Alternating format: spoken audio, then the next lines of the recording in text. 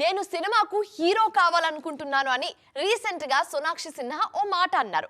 అప్పటి నుంచి ఆ మైండ్ సెట్ లో ఎవరెవరు హీరోయిన్లు ఉన్నారా అని ఆరా తీస్తున్నారు ఆడియన్స్. సినిమాకు హీరో కావాలనుకునే హీరోయిన్ల మీద నజర్ పెరుగుతోంది.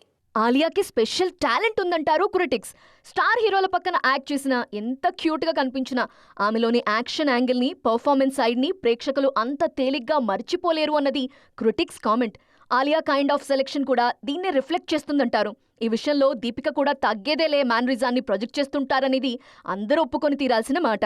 ఏ ప్రాజెక్టుకి సైన్ చేసినా తన క్యారెక్టర్ ఏంటనే విషయం మీద గట్టిగా ఫోకస్ చేస్తున్నారు దీపిక పడుకోన్. ఆమె ప్రాజెక్టుకి సైన్ చేశారంటే సంథింగ్ స్పెషల్ ఉండే తీరుతుంది అనే కాన్ఫిడెన్స్ ఆడియన్స్లో క్రియేట్ అవుతోంది.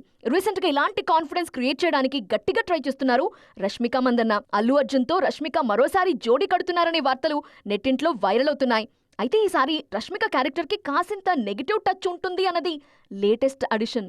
అంతేకాదు, డిష్యూమ్ అంటూ యాక్షన్ చేయడానికి కూడా రెడీ అవుతున్నారట మిస్ మందన్న. ఈ విషయంలో ఆల్రెడీ ఆరితేరి ఉన్నారు శామ్.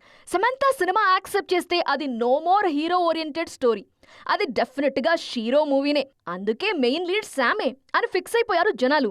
మన దగ్గర శామ్ హాలీవుడ్ రేంజ్లో ప్రియాంక కెరీర్లో నెక్స్ట్ రేంజ్కి ఎదగడం అంటే స్క్రీన్ మీద తమకంటూ ఖచ్చితంగా ఏదో స్పెషల్ ఉండి తీరాలి అని కోరుకుంటున్నారు. వీరి రూట్లో ఇంకెవరు ట్రావెల్ చేస్తారో తెలియాలంటే లెట్స్ వెయిట్ అండ్ సీ.